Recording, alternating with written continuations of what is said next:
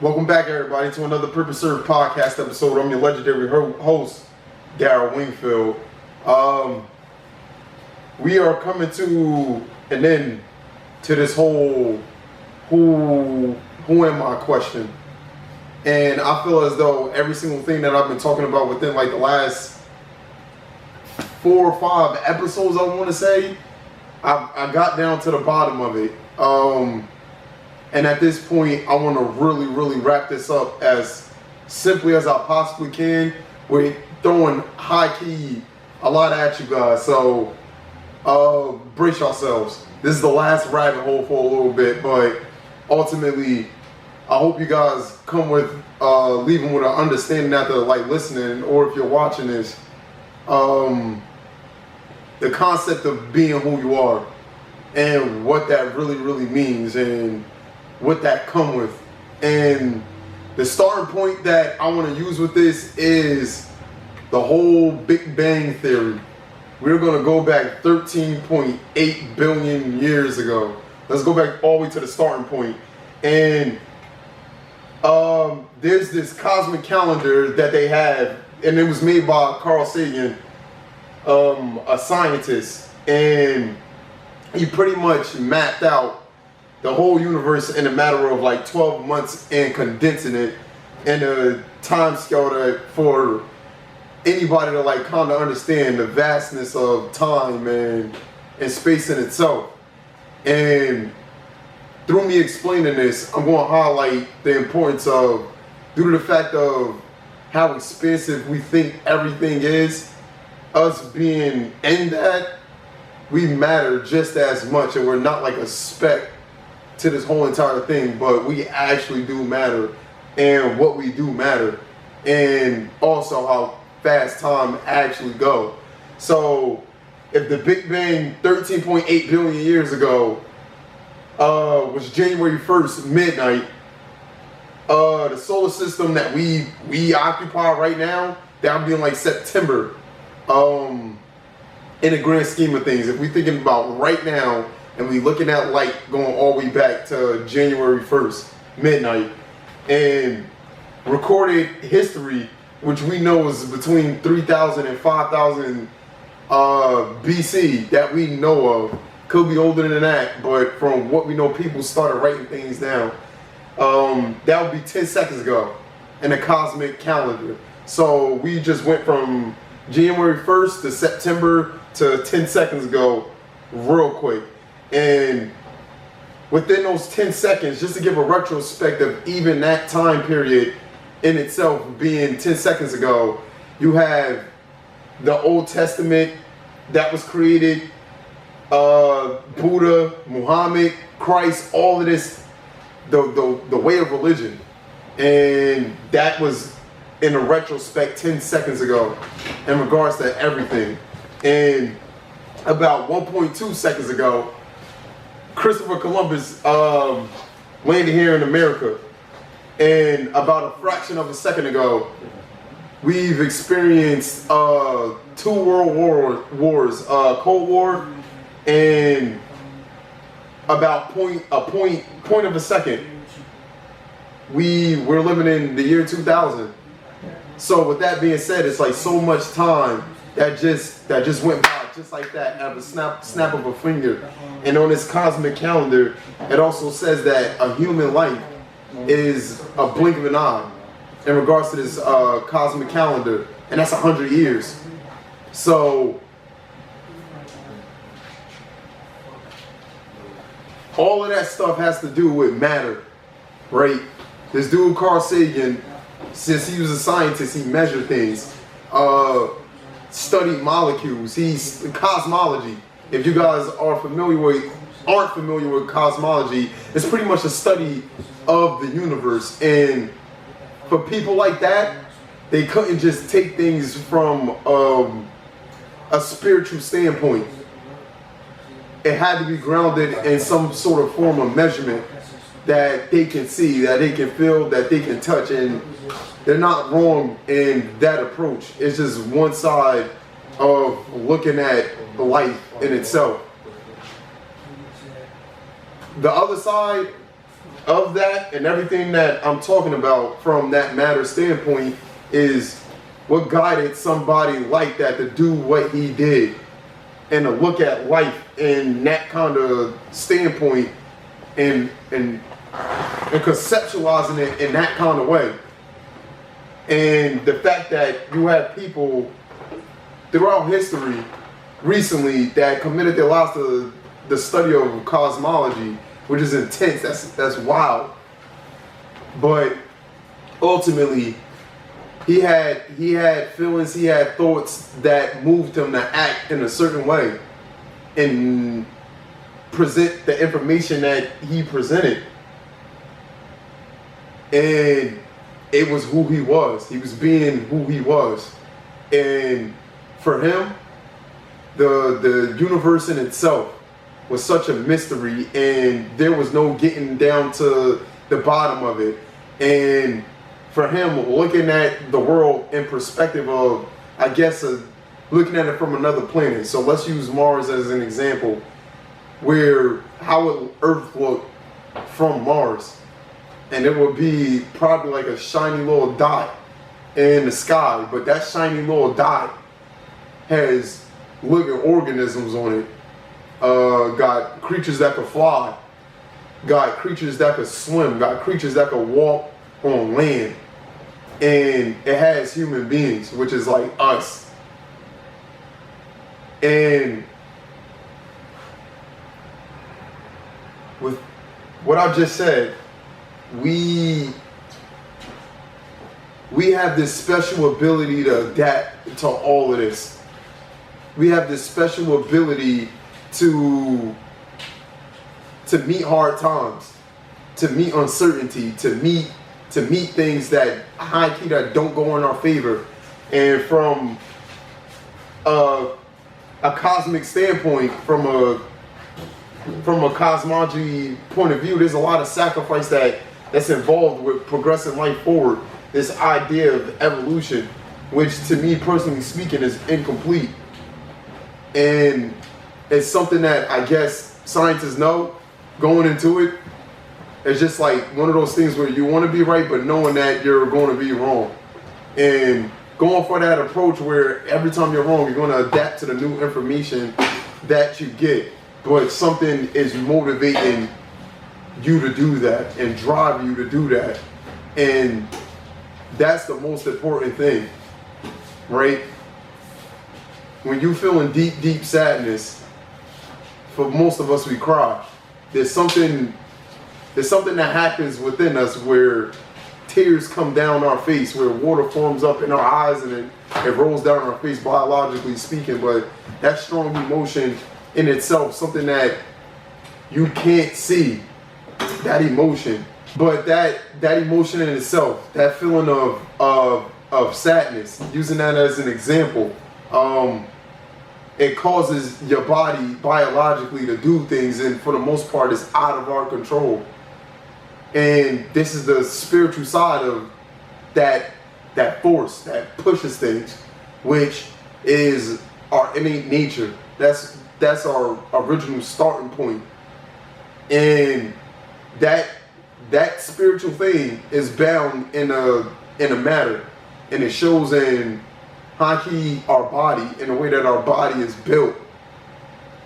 It's a lot of powerful things that's going on, and your body is never ever rested.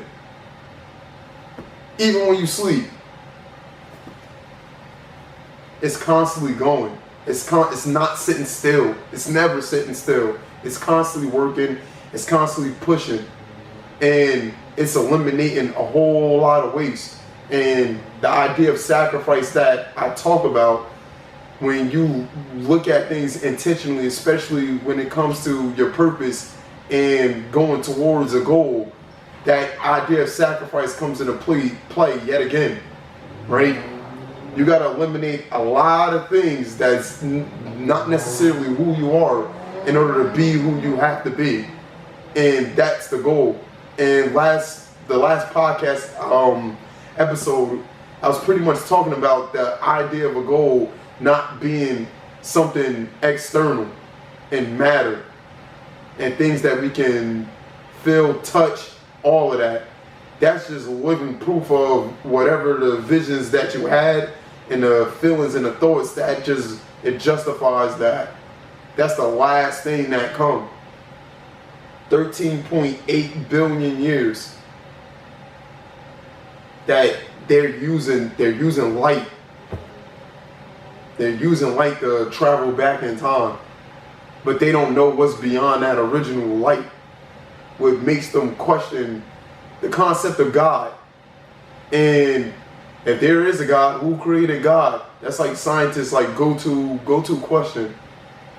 But if you really have a deep understanding of who you are truly, and this is why I said, like, this is going to be the rock bottom of this little segment of what I've been doing with this podcast as of late. But if you really know who you are, you would truly understand that both things come to play in order for you to even recognize that the presence of God.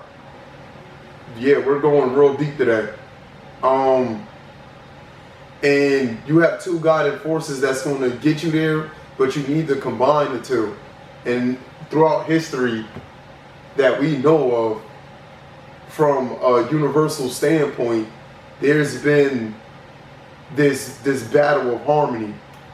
And it shouldn't even be looked at as a battle of harmony, but eliminating a whole lot of waste. We, in our whole lifetime, in that human life, that blink of an eye of a cosmic calendar, the 100 years we're going to experience a whole lot of death. We're going to experience a whole lot of loss. We're going to experience a whole lot of suffering. And it's not like there's no meaning to that. There's meaning, and it's somewhat meaningless depending on how people live their life.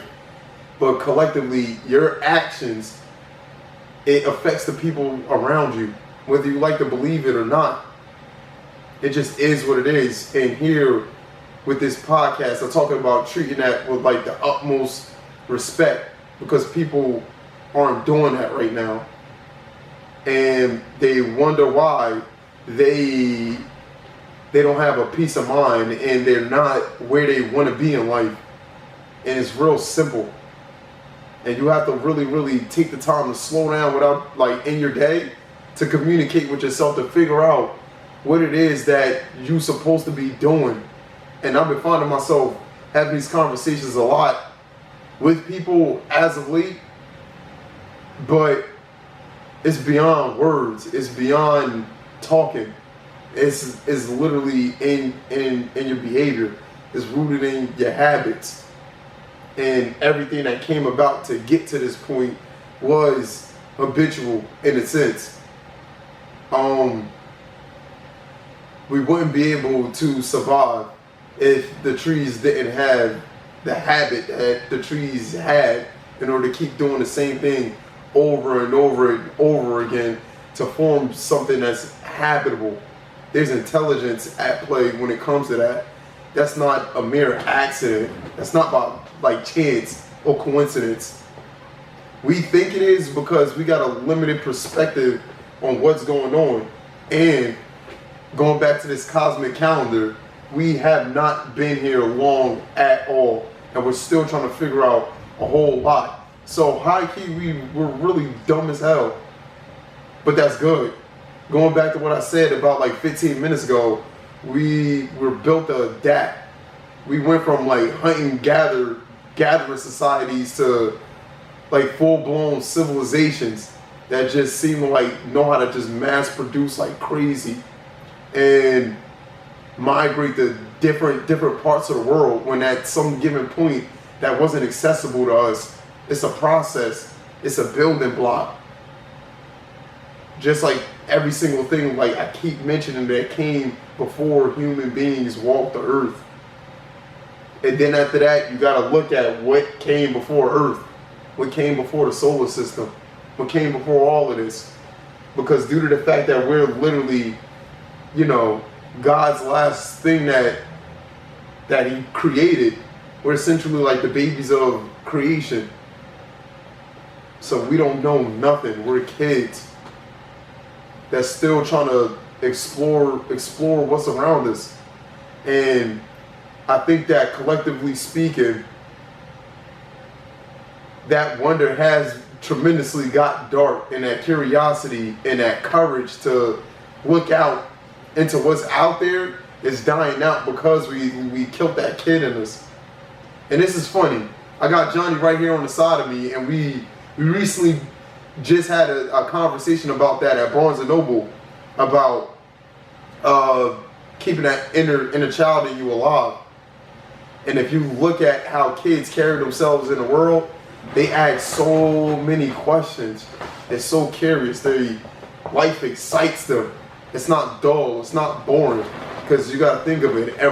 Pretty much they get a lot of new experiences almost every single day. Imagination. Creativity. There's a starting point to all of that. And like I said, it just meets something that came before matter. And going back to probably like, I don't want to say like, this has been way back in the podcast episodes, and I was talking about emotions in itself, separate from, I guess, how we view them. Like, for example, something as simple as this, which I learned from Grace. Instead of saying I'm mad, say I'm feeling mad, because you're not that emotion. It's just something that you're connected to, and that emotion is going to breeze by, and something else is going to come by to replace it. And when we're not aware of that, we act impulsively. When we don't understand that these emotions are the driving force. Carl Sagan created this whole cosmic calendar due to the faculties of what I just talked about. He was moved to do it. His emotions. He was feeling a certain type of way. He wasn't the emotion, but he was feeling a certain type of way and did it. And going back to me personally with my basketball journey and how I got here, it was literally the same exact thing. I was driven by something that seemed that it was literally beyond me, and I had to go there.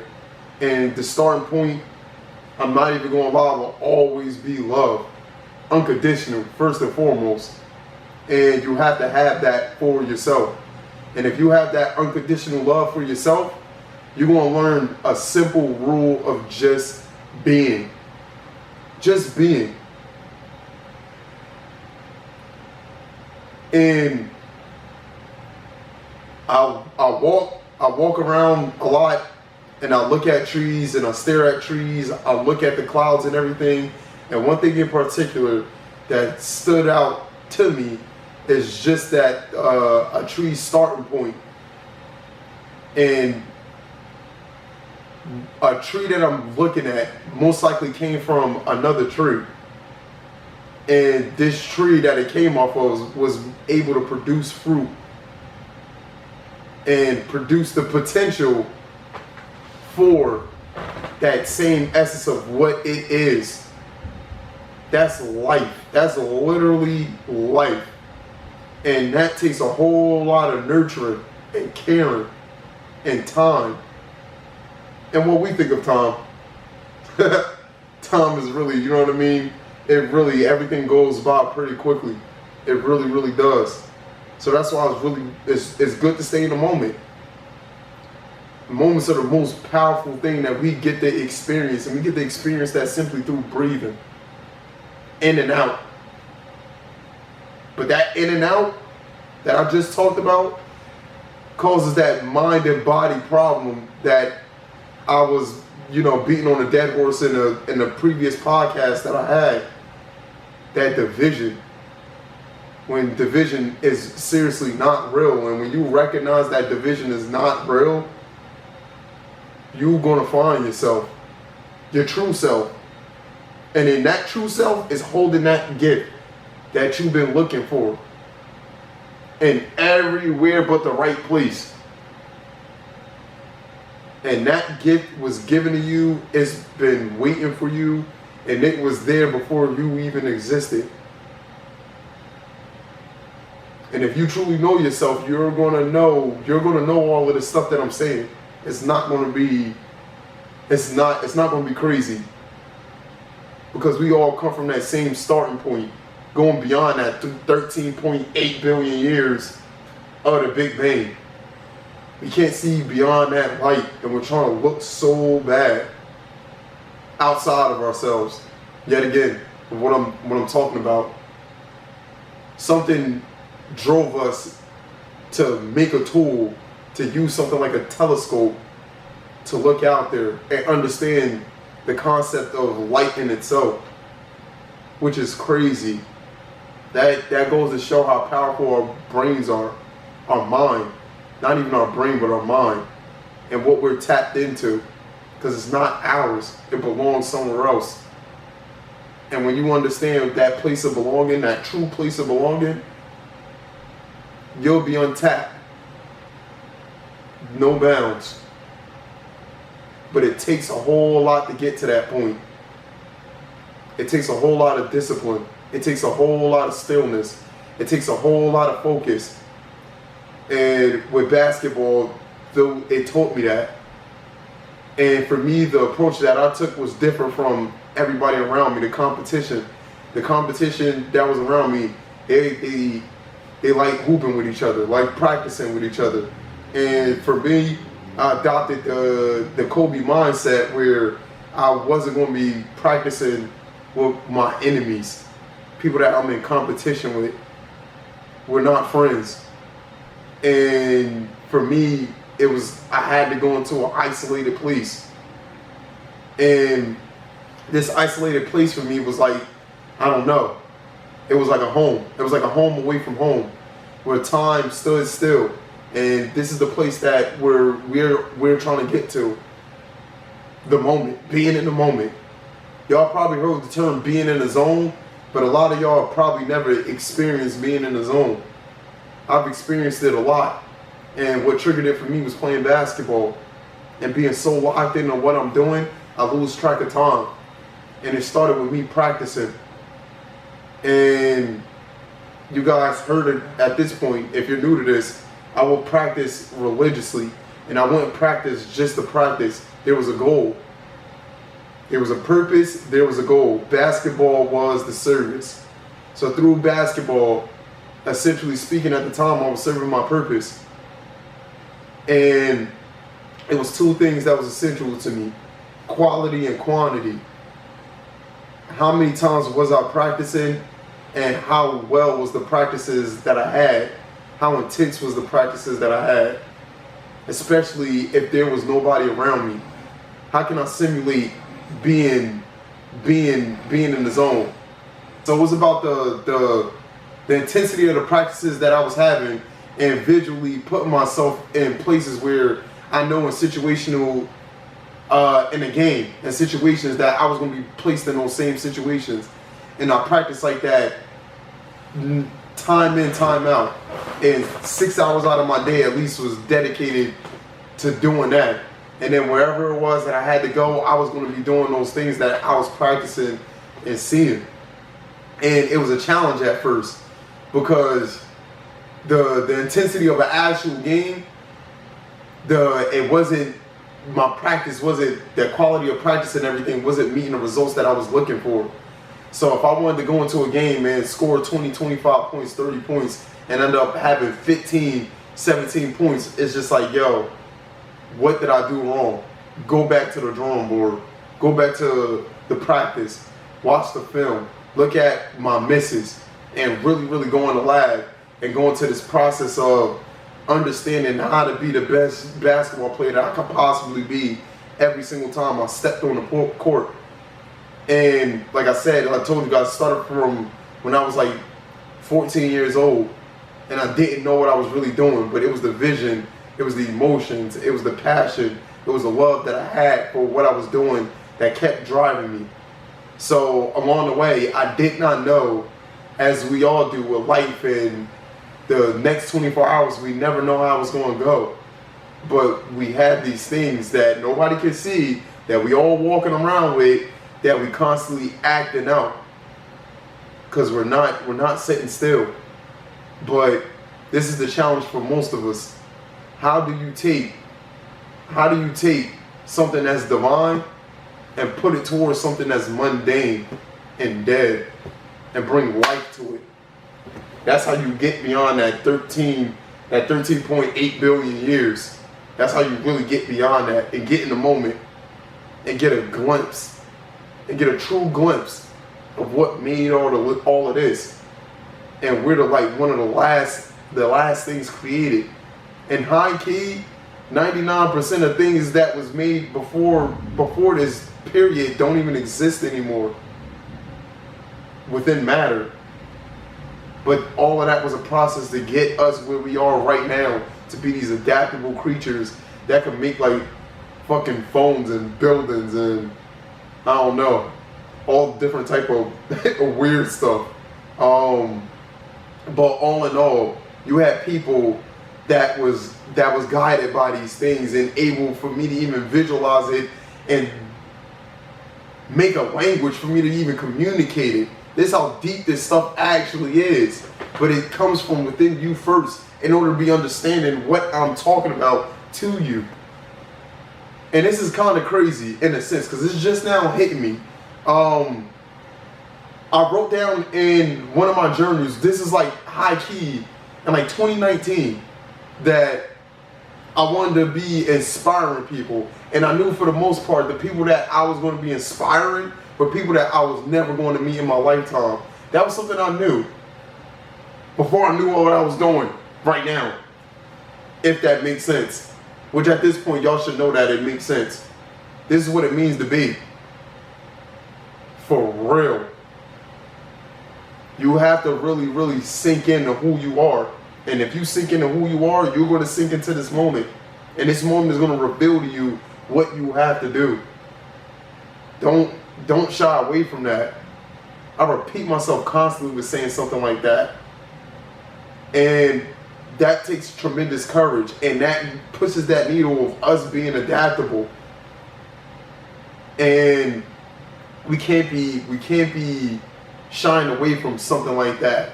Because that's shining away from that light that goes beyond that 13.8 billion years. That came after the fact of what I'm talking about, which we all are making our way back to as we speak. That 100 years, human life, blink of an eye, and most of us don't even see that 100 years, you know? Life go by pretty fast. And you have to really, really seize the moment. And you have to be. Anything that comes after that I am, that's not really who you are. That's just added on layers. That's just the added on layers. Strip that away and figure out who you really are. And that's, like I keep saying, this is going to tell you what you have to do and who you have to be. This is like the last time at the moment where I'm going to say, don't be an example of nobody else. Live your life. Because if you don't live your life is dead. And that brings me to the end of this podcast episode. Took an apple. Most people see the apple and they're like, oh, nice, but they don't know where it originated from, which is the seed, which is within you. But to eat the apple, absorb it, really see it, go through the layers, and then get the seed, and then plant it. But it's crazy, right? The most important thing of that apple is that seed. It's not the apple in itself. Exactly. That's essentially who you are. But when you pick up that apple, do you see that seed? No. That's exactly what you were saying. You have to keep going through that layer to find out who you are, so that when you realize who you are as a seed, you can plant yourself in different areas and see it grow. It's you can't, like, if you want to get an apple tree, you want to get a full apple and put it on the ground. Yeah, that's dumb. Just strip it down to its fullest, simplest form. But why wouldn't you put a full apple in the root? Because in the soil. It has a bunch of layers. Ego, who people tell you to think is what you're saying the whole time. But that's just like a physical representation of what you're saying. That was, yo, we're keeping that in there. That was fire, bro. But I know for you it's just like, duh. That just pushed me like months ago. But ultimately speaking, it's how do you tap in to that seed, knowing that it's going to be that apple. Having the patience to like planting it. It's even like the example I give, like for you to go down to that seed would be different. Would be like the onion. The more you peel a layer, the more it gets that reaction out of you. The deeper it is, the deeper it gets. And once you get to that root, it's like you become strong as hell. And then, but it's important to, when you find who you are, to plant yourself somewhere. Because if you don't, then you become a seed. Do you know what like a seed do, especially like an acorn when it hit the ground? What it does? The wind pushes it, animals, whatever, and it finds a little place, and then it germinates. What's nuts? Coming out like.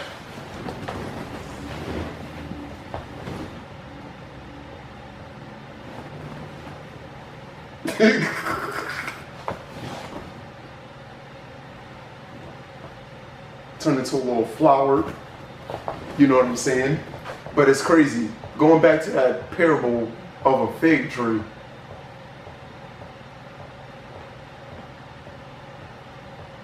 If this tree bears bad fruit, Curse it. that tree ain't gonna grow no more. That tree's dead. That whole entire lineage of that tree is done because of the fruit that it bears. That's essentially that tree getting purified and burnt up. You don't know who you are. Doesn't matter what you do with your life and how big you become. If it bears no fruit, what's the point? It's interesting. We're no different high key from a tree. We low key got the same makeup as a tree. We're not. But a tree knows that I'm a tree. I don't gotta think of like being anything else. Even though we're made up from the same thing. A rabbit, that is crazy. All of this craziness of these things having self-knowledge, bro. Essentially speaking, that's self-knowledge. It don't have to be taught that. So why do we as human beings have to be taught low-key everything?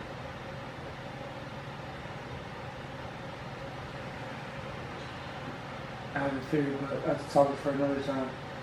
And we'll end this now because we'll go deep into the rabbit hole again. So yeah, if you guys are looking to get y'all lives on track and create a true personal development journey within yourself that's centered around your well-being, most importantly, becoming your goal, living out your purpose, and serving other people, and not just yourself. Go in the description below. Go on to the Purpose Serve, the online store. Download the ebook. Get the digital worksheets. And I'm soon going to have mind maps. So it's going to go with these ebooks. But at the moment, that's what's available. If you guys want to show your support. And yet again, I appreciate every last one of y'all that be tapping in, watching, listening, wherever you are. I pray that this motivates you, inspire you to take action on whatever's been heavy on your heart that you know you're supposed to be doing. I think that's why y'all keep listening. There's something that's telling you to push, to bring your potential out. You're probably not getting that from your family. You're probably not getting that from your friends. And I hope that this is a space for y'all to acknowledge that within yourselves. Love y'all, man. Take action towards your goal.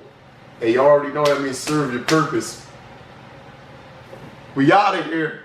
Last but not least, deuce. Come on, Mike.